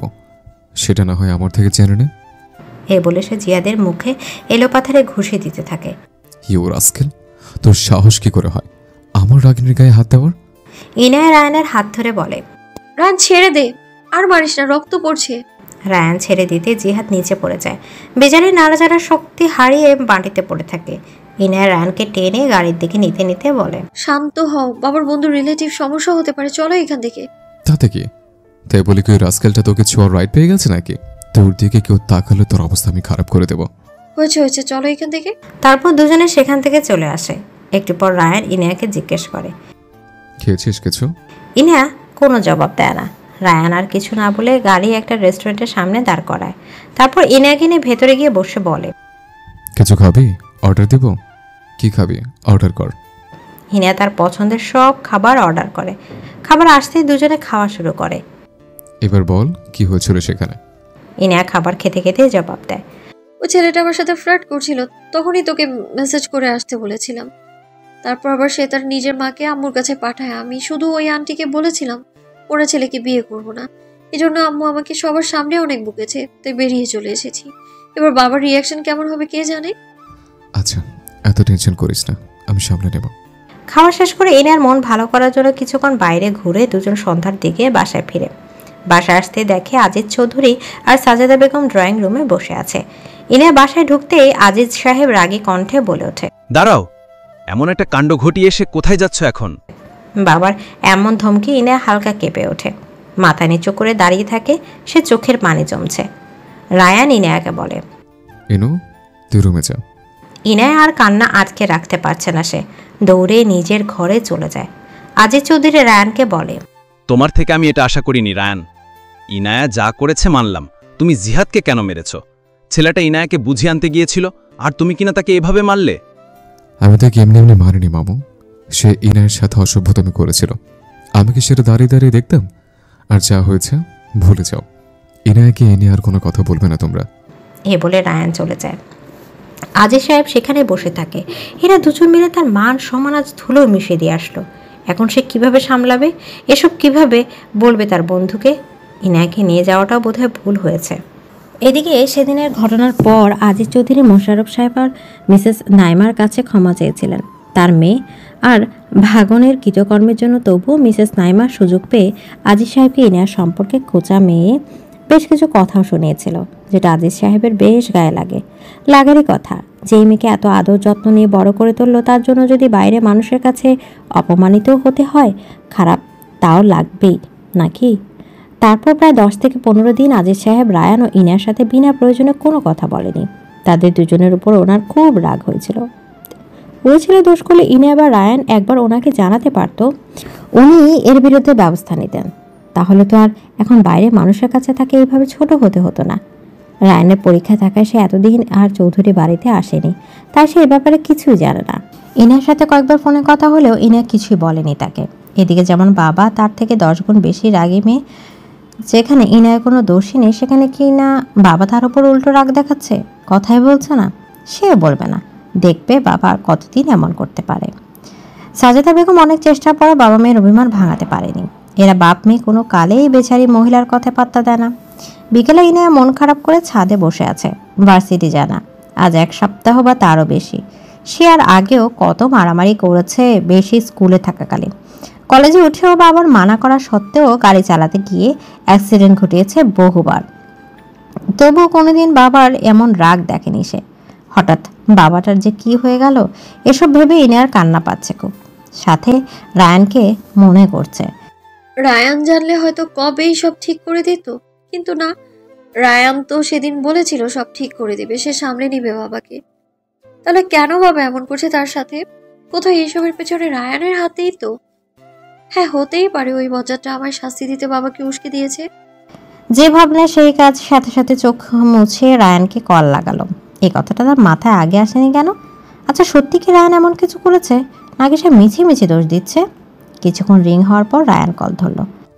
কে ম্যাডাম, এতদিনে মনে পড়লো আমায়? হ্যাঁ। রায়ানের এমন শান্ত স্বরে ইনি আরো চটে গেল। ঢং বাদ দে, আগে বল কি করেছিস আমার বাবাকে? এত দিন হয়ে গেল, কেন বাবা আমার সাথে এখনো কথা বলছে না? তুই তো বলেছিলি সব ঠিক হয়ে যাবে, তাহলে কেন আমাদের বাবা মেয়ের মধ্যে এত দূরত্ব? তোর উপর ভরসা না করলে হয়তো এমনটা হতো না। আমি আমার নিজের মতো করে বাবাকে ঠিক মানিয়ে নিতাম। কথা শেষ না হতেই ইনায়া হু হু করে কেঁদে ওঠে। ইনায়ার কান্নার শব্দে রায়ান অনেক অবাক হয়। শেষবার কবে ইনায়াকে কাঁদতে দেখেছে মনে নেই তার। তার রাগিনী কাঁদছে ভেবে তার হৃদয় মুচড়ে ওঠে। সে ব্যস্ত কণ্ঠে ইনায়াকে জিজ্ঞেস করে, ইনায়া, কাঁদছিস কেন তুই? মামা তোর সাথে কথা বলে না মানে? কি হয়েছে বলবি তো? আচ্ছা, কাঁদিস না প্লিজ, আমি এক্ষুনি আসছি। ইনায়া কান্না থামিয়ে নাক টেনে বলে ওঠে, নাটক করবি না একদম। তোর জন্যই এমনটা হয়েছে, সব কিছুর জন্য তুই দায়ী। আর ওই জিহাদের বাচ্চাকে পেলে তো আমি মেরেই ফেলবো। ওই বদমাশটার জন্যই তো এত ঝামেলা হলো। আচ্ছা আচ্ছা, শান্ত হ তুই, কাঁদিস না প্লিজ, আমি আসছি। এ বলে রায়ান কল কেটে চৌধুরী বাড়ির উদ্দেশ্যে রওনা দেয়। প্রায় 30 মিনিট পর রায়ান চৌধুরী বাড়িতে পৌঁছায়। আজিজ চৌধুরী একটু আগে অফিস থেকে ফিরেছেন। তিনি রোজ অফিস থেকে এসে ফ্রেশ হয়ে ড্রয়িং রুমে বসে চা খায়, আর তার অধরের রাজকন্যা সারাদিনের সব গল্প, অভিযোগ ও মনোযোগ দিয়ে শোনেন। কিন্তু আজ কতদিন হয়ে গেল তার রাগী রাজকন্যার বাবার কাছে আসে না। এই ভাবতে ভাবতে আজিজ সাহেবের চোখ পানিতে ঝাপসা হয়ে গেল। তখনই রায়ান বাড়িতে প্রবেশ করে। কি ব্যাপার মামু, এখানে বসে বসে কান্না করছে কেন? আজিজ সাহেব রায়ানের গলা শুনে তাড়াতাড়ি চোখ মুছে পেছনে তাকিয়ে বলে, তুমি কখন এলে? আর কোথায় দেখলে কান্না করছিস? এমনিতেও সুখে থাকার মতো অবস্থা কি তোমরা রেখেছ? বাটি জীবন তো দেখছি কান্না করেই কাটাতে হবে। মামার মুখে নিজেদের জন্য এত সুন্দর সুন্দর বাণী শুনে রায়ান মুখ গোমরা করে ফেলে। তারপর আজিজ সাহেবের পাশে এসে বসে। এই তো এইমাত্র এলাম। আচ্ছা, অনেক কাঁদছো, এবার থামো। তোমার আর তোমার মেয়ের কান্না থামাতেই তো আসা। সাজেদা বেগম আজিজ সাহেবকে চা দিতে দিতে বলেন, আরে রায়ান, তুমি কখন এলে বাবা? তোমার পরীক্ষা শেষ? রায়ান এসে উঠে মামুনিকে জবাব দেয়, এই তো মামুনি, এইমাত্র এলাম। না, পরীক্ষা এখনো শেষ হয়নি, আরো 1 সপ্তাহের মতো লাগতে পারে। ও আচ্ছা, আমি আরও ভাবছিলাম কবে তুমি আসবে আর আর এই বাবা মেয়ের ঝামেলা শেষ হবে। আমি তো অনেক চেষ্টা করলাম, এবার তুমি দেখো পারো কি না। আচ্ছা তুমি বসো, আমি তোমার জন্য কফি বানিয়ে আনছি। রায়ান সাজেদা বেগমকে আশ্বস্ত করে বলেন, চিন্তা করো না মামুনি, আমি যখন এসেছি একটা কিছু ব্যবস্থা করেই যাব। তা তোমার মেয়ে কোথায়? এখনো কি ছাদে বসে কান্নাকাটি করছে নাকি? দাঁড়াও, আমি দেখছি। সন্ধ্যায় ছাদে কি করবে, ঘরেই আছে হয়তো। রায়ান উঠে দাঁড়িয়ে বলে, না না মামুনি, তুমি বসো, আমি ডেকে নিয়ে আসছি। আর মামু, তোমাকেও বলি প্লিজ আর রাগারাগি করো না। কিছু বাইরের মানুষ কি ভাবলো তার জন্য নিজেকে আর নিজের মেয়েকে এভাবে কষ্ট দেওয়ার কোনো মানেই হয় না। আর ওই ছেলে দোষ ছিল বলেই মেরেছে, কোনো ভুল করেনি। তার জন্য তুমি চাইলে শাস্তি দিতে পারো, কিন্তু এখন ইনায়াকে নিয়ে আসছে, ওকে ভালোবেসে আগলে নাও, নাহলে কান্না করতে করতে তোমার মেয়ে দেবদাস হয়ে যাবে। আজিজ চৌধুরী বলেন, সেই রকম কোনো সমস্যা হলে তোমরা তো আমাকে একবার জানাতে পারতে, তাই না? তোমার থেকে আমি এটা আশা করিনি রায়ান। ওই ছেলেটাকে কেন মেরেছে সেটা কিন্তু আমি এসে বলে দিয়েছিলাম। তাছাড়া ইনায়াকে তো চিনোই, যখন যা মুখে আসে বলে ফেলে। আর তুমি তো শিখিয়েছ সত্যি কথায় সামনাসামনি বলে ফেলাই ঠিক। আর একটু ভুল হয় করেছে, তাই বলে তুমি ইনায়ের সাথে কথা বলে বন্ধ করে দিবে? আর এদিকে তোমার মেয়ে কেঁদে কেঁদে দোষারোপ করছে আমাকে। দাঁড়াও, এক্ষুনি ডেকে নিয়ে আসছে, বিচার তুমি করো, তাও আর রাগ করে থেকো না। আজিজ সাহেব রায়ানকে থামিয়ে বলে, হয়েছে, তোকে যেতে হবে না, আমার মেয়ের রাগ আমি ভাঙাবো। তারপর আজিজ সাহেব ইনায়ার ঘরে গিয়ে দেখে ইনায়া খাটের সাথে হেলান দিয়ে বসে আছে, চোখ মুখ লাল হয়ে ফুলে আছে। দেখে বোঝা যাচ্ছে অনেকক্ষণ ধরে কেঁদেছে মেয়েটা। ইনায়া খুব সহজে কাঁদে না, কিন্তু আজ আর নিজেকে আটকে রাখতে পারছে না। ভালোবাসার মানুষদের অবহেলা কি সহ্য করা যায়? আর সেটা যদি হয় প্রাণের থেকেও প্রিয় বাবা। ইনায়া আজিজ সাহেবকে তার ঘরে দেখে দৌড়ে গিয়ে জড়িয়ে ধরে কাঁদতে থাকে। আজিজ সাহেব মেয়েকে শান্ত করতে করতে বলে, পাগল মেয়ে, এইভাবে কাঁদছিস কেন? একবার বাবার কাছে এসেই দেখতি, আমি কি কোনোদিন আমার মাকে ফিরিয়ে দিতাম নাকি? সেই সাধ্য কি আমার আছে রে? ঠিক সব ভুলে তোকে বুকে জড়িয়ে নিতাম।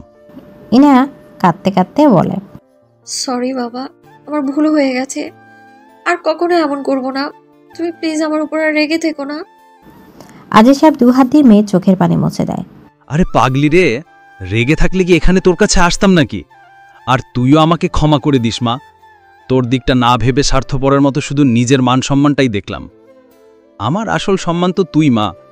তোকে কেউ কিছু বললে আমার তো উচিত তাকে শাস্তি দেয়া, তা না করে আমি কিনা আমার রাজকন্যাকে কষ্ট দিয়েছি। তিনি একটু থেমে আবার বলেন। ইনায়া হাসে ফেলে। এবার অবশেষে সে তার আগের বাবাকে ফিরে পেয়েছে। রায়ান বিরক্ত হয়ে বলে, মামু, ওভার অ্যাক্টিং বন্ধ করে এবার নিচে যাও, সব মিটমাট হয়ে গেছে, যাও যাও, এখানে থাকতে হবে না, তোমার মেয়ের সাথে আমার কিছু বোঝাপড়া আছে। ইনায়া সৌর দৃষ্টিতে রায়ানের দিকে তাকিয়ে বলে, আমার বাবাকে আমার ঘর থেকে যেতে বলো তুই কে? হ্যাঁ, তুই যা এখান থেকে। আমাদের বাবা মেয়ের মাঝখানে কোনো কথা বলবি না একদম। আমি কি মানে? আমি তো তোর বাবাকে বলছি এখানে নিয়ে এলাম, এখন আমাকে চিনতে পারছিস না, তাই না? এক পর্যায়ে ইনায়া আর রায়ানের আবার ঝগড়া শুরু হয়ে যায়। সাজেদা বেগম বরাবরের মতোই শুধু নীরব দর্শকের মতো সব দেখে যাচ্ছে। এদিকে রায়ানের জন্য কফি বসিয়ে এসেছিল মনে পড়তে সে বলে ওঠে, আরে আমি তো কপি বসিয়ে এসেছিলাম, তোমাদের কাণ্ড দেখতে দেখতে ভুলেই গেছি। তোমরা আসো, আমি নিচে গেলাম। সাজেদা বেগমের পিছু পিছু আজিজ সাহেবের চুপি সারে চলে গেলেন, কারণ এদের দুজনেরও ঝগড়ার মাঝে থাকলে এখন ওনাকে ফাঁসিয়ে দিতে পারে। তাই মনে মনে কেটে পড়াটাই বুদ্ধিমানের কাজ। সাজেদা বেগম আর আজিজ সাহেব যেতে রায়ান ইনায়ার হাত চেপে ধরে বলে, এবার বল, কি বলেছিলিস একটু আগে? আমি কে, তাই না? এখন বল, কিভাবে বুঝতে চাস আমি কে আর কে কি করতে পারি? না না, আমাকে কিছু বোঝাতে হবে না, আমি কিছু বুঝতেও চাই না। ছাড় আমাকে, নির্লজ্জ বেহায়া কোথাকার। কথায় কথায় আমার কাছে আসা বন্ধ কর, আবার জড়িয়ে ধরে আসছে, অসভ্য লোক। ছাড় বলছি, ছাড়। এদিকে রায়ান শীতল গলায় বলে, আমি তো ধরবই, কি করবি কর, আজকে আর ছাড়ছি না, দেখি কি করতে পারিস তুই। রায়ান ইনায়াকে আরো শক্ত করে জড়িয়ে ধরে। আচ্ছা দাঁড়া, আমি বাবাকে ডাকছি, সেও দেখুক তাদের সবার ভদ্র ছেলে আসলে কেমন ভদ্র। বাব ইনায়ার কিছু বলার আগে রায়ান হঠাৎ ইনায়ার ঠোঁটে একটা চুমু দিয়ে সাথে সাথে রুম থেকে বের হয়ে যায়।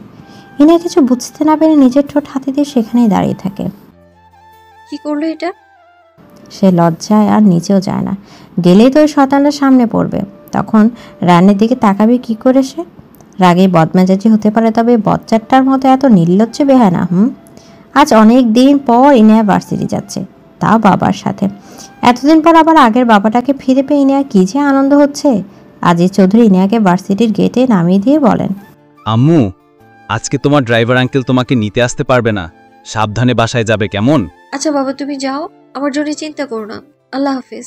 বাবাকে বিদায় দিয়ে ইনায়া ক্লাসে চলে যায়। আজ মুনা আসেনি দেখে ইনায়ার খুব মন খারাপ হয়। একা একা ক্লাস করতে ভালো লাগে নাকি? মোনাটা থাকলে ভালো হতো, ক্লাস শেষে একটু ঘোরাঘুরি করা যেত। দূর, আসার আগে মোনাকে কল দেওয়া উচিত ছিল, মেয়েটা কেন আসলো না? তারপর ক্লাস শেষ করে ইনায়া মোনাকে কল দেয়। কি কিরে আজকে ভার্সিটিতে আসলি না কেন? আমি একা একা ক্লাস করেছি, নিজেকে খুব এতিম এতিম লাগছিল জানিস। আজ বুঝতে পারলাম আরো কিছু বন্ধু বান্ধব বানানো দরকার ছিল। তা আজ বানিয়ে নিতি, আমি তো যাইনি, খুব ভালো সুযোগ ছিল, বানালি না কেন? কে মানা করেছে শুনি? ইনা একটু ভাব নিয়ে বলে, ইনায়া আজিজ চৌধুরী বন্ধু হওয়ার তৌফিক সবার হয়নি রে। যদি তেমন কেউ কাউকে খুঁজে পাই তখন ভেবে দেখব। আগে তুই বল, এলি না কেন তুই? মোনা অভিমানী স্বরে বলে, আমার খোঁজ কি আর তুই রাখিস নাকি? আমি না দিলে একটা ফোন অবধি দিস না, জানবি কি করে? আমার খুব জ্বর, তাই যাইনি। কি আর বলবো, নিজেই এত ডিপ্রেশনে ছিলাম। জ্বর কি খুব বেশি? আমি আসবো? না না, তোকে আসতে হবে না, এখন ঠিক আছি আমি। দেখি কাল থেকে যেতে পারি কিনা। আচ্ছা আমি আসছি, কি খাবি বল? ফুচকা নাকি কাচ্চি? না থাক, রোগী মানুষ, জুস আর ফলমূল নিয়ে আসবো, কি বলিস? না ভাই, দরকার নেই এত কিছু, তুই আসতে চাইলে আয়, কিন্তু কিছু নিয়ে আসার দরকার নেই। আচ্ছা আচ্ছা এখন রাখ তো, আমি আসছি। আর তুই না অসুস্থ? অসুস্থ মানুষ এত কথা বলে কিভাবে, হ্যাঁ? নাকি মিথ্যে বাহানা দিচ্ছিস?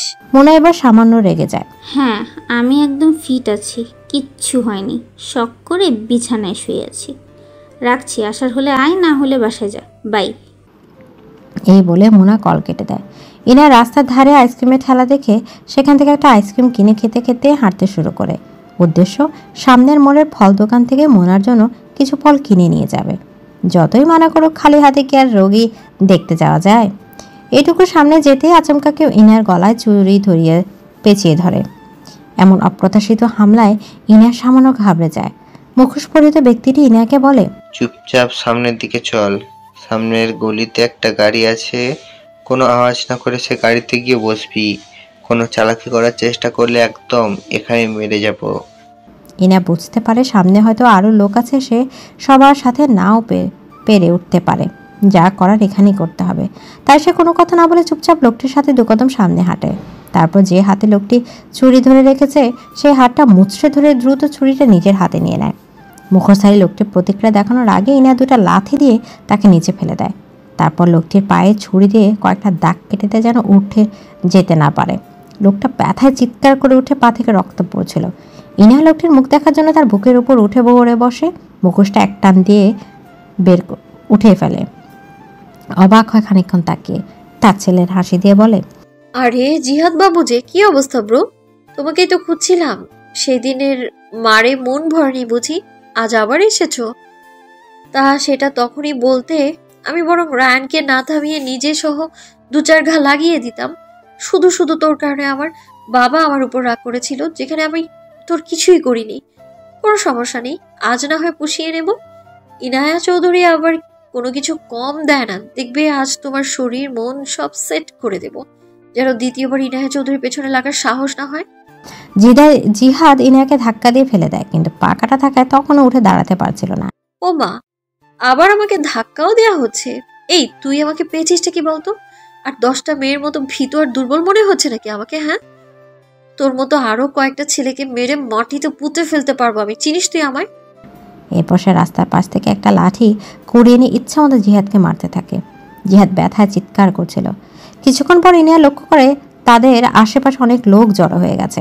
কয়েকজন ইনিয়াকে দূর থেকে এভাবে মারতে নিষেধ করছিল, কিন্তু ভয়ে কাছে আসছে না কেউ। বাবা জিজ্ঞেস করছে কি হয়েছে, কেন মারছেন?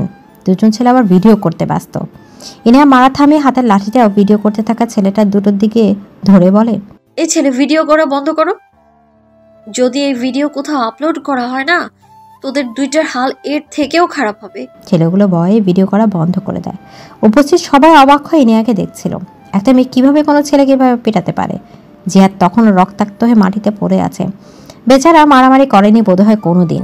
যেখানে ইনিয়া মারামারিতে পণ্ডিত, সেখানে ইনিয়াকে কিডন্যাপ করতে এসেছিল। হয়তো প্রতিশোধ নেবে বলে এসেছিল। সে কি জানতো এই মেয়ে এত ডেঞ্জারাস হবে? ইনিয়া হাত থেকে লাঠিটা ফেলে জিহাদকে টেনে পাশের রাস্তায় একটা গাছের সাথে হেলান দিয়ে বসায়।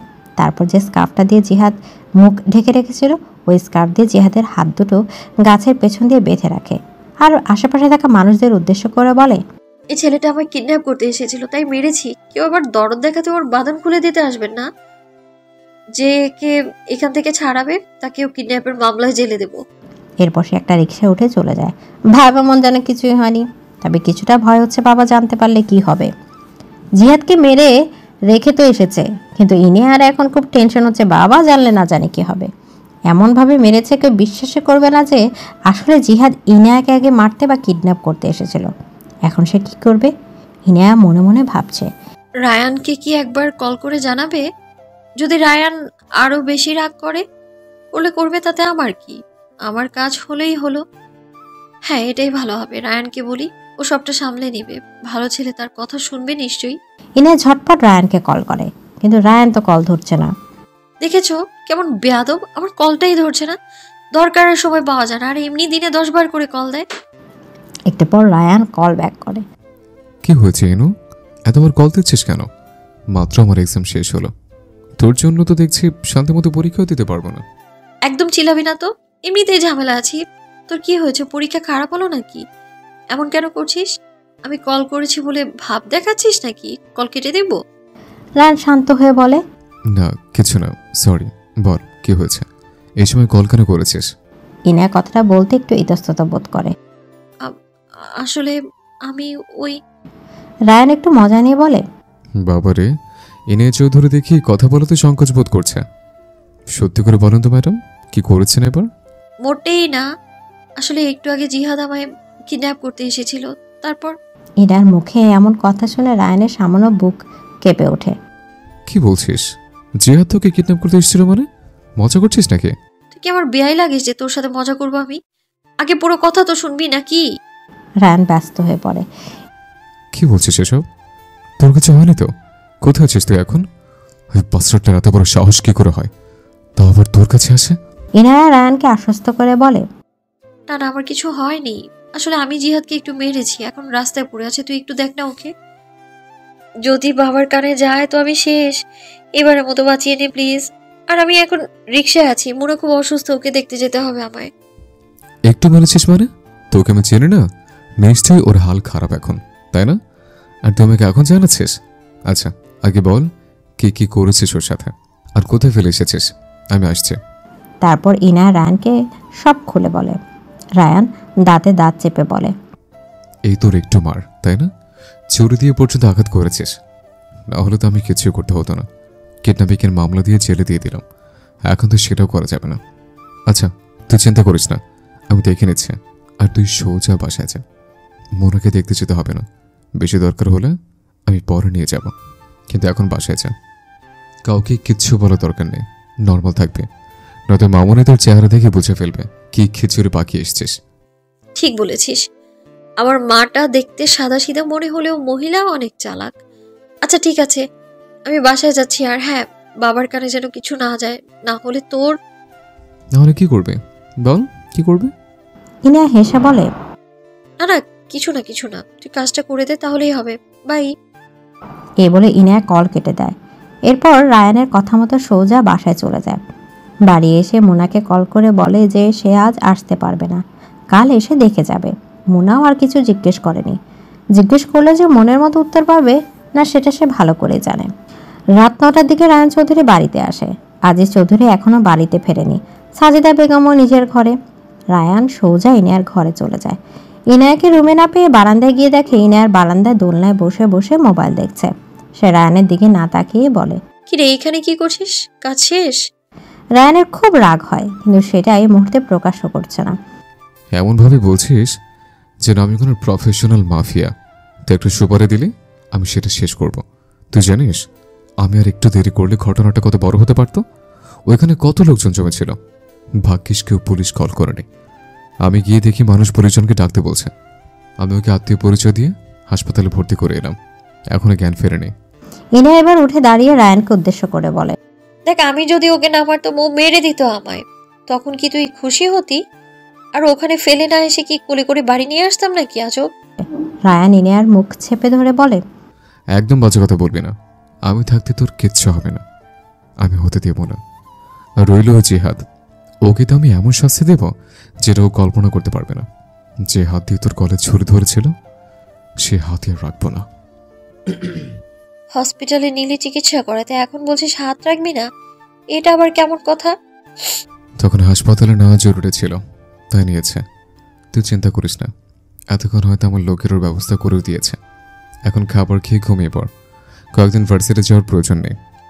কেন ভার্সিটিতে কেন যাব না? আমি তো যাবই। আমি কি কাউকে ভয় পাই নাকি? মানুষের উচিত আমাকে ভয় পাওয়া। ইনায়া চৌধুরী ভয় পেয়ে ঘরে বসে থাকার মেয়ে না, বুঝলি? বেশি বুঝিস না একদম, মাত্র কয়েকদিনের ব্যাপার। আমার পরীক্ষাটা শেষ হয়ে যাক, আমি নিজে তোকে নিয়ে যাব। আর তুই না বললি মনে অসুস্থ, একা একা ভার্সিটি গিয়ে করবিটাকে? পড়ালেখা তো করিস না ঠিক মতো। একদম পড়ালেখার কোটা দিবি না বলে দিচ্ছি। ঠিক আছে, যাবো না। এখন রাত হয়েছে, তুই যা এখন এখান থেকে। যাচ্ছে, কিন্তু হাত দেখা দেখি কত ব্যথা পেয়েছিস নাকি? এ বলে রায়ান ইনার হাত উল্টে পাল্টে দেখতে লাগলো। ইনার রায়ানের থেকে নিজের হাত সরিয়ে নিয়ে বলে, আরে কোথাও লাগেনি আমার, ছাড়। লাগেনি মানে? এই তো হাত কেটে গেছে। কেন আমার মারামারি করিস ইনু? তুই রাস্তা কি করছিলিস বলতো? এদিকে আয়, ওষুধ লাগিয়ে দিচ্ছে। রায়ান ইনায়াকে টেনে নিয়ে ওষুধ লাগিয়ে কেটে যাওয়া স্থানে ব্যান্ডেজ করে দেয়। তারপর ইনায়াকে বুঝায়, কেন একা একা বের হতে গেলে বলতো? সবসময় যে তুই সবার সাথে ফাইট করতে পারবি এমন কিন্তু না। তোর যদি কিছু হয়েছে তো আমি কি করতাম তাহলে বল? প্লিজ ইনু, একটু ম্যাচিউর হও, আর কতই ভাবে থাকবি? ইনায়া তখনও রায়ানের দিকে তাকিয়ে আছে।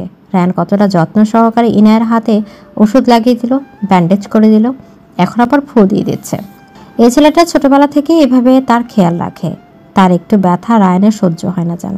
ব্যথা ইনায়ার না, রায়ানের গায়ে লেগেছে। কি রে, কিছু বল, শুনবি না আমার কথা? চুপ করে আছিস কেন? হ্যাঁ শুনবো। আচ্ছা হয়েছে, এবার তুই যা। ঠিক আছে, আমি বাবা আসলে খেয়ে ঘুমিয়ে পড়বো। এই বলে ইনায়া সামান্য দূরে সরে বসে। মামু আসলে মানে তোর হাত কাটা দেখলে বুঝে যাবে না? তুই বস, আমি তোকে খাইয়ে দিচ্ছি, এরপর বাসায় যাব। রায়ান নিচে গিয়ে ইনায়ার জন্য খাবার বেড়ে আনে। তারপর ইনায়াকে খাইয়ে ঘুম পাড়িয়ে নিজ প্লেট রাখতে আসলে দেখে সাজেদা বেগম কিচেন রুমে আছে। এত রাতে রায়ানকে দেখে সাজেদা বেগম একটু অবাক হয়ে বলে,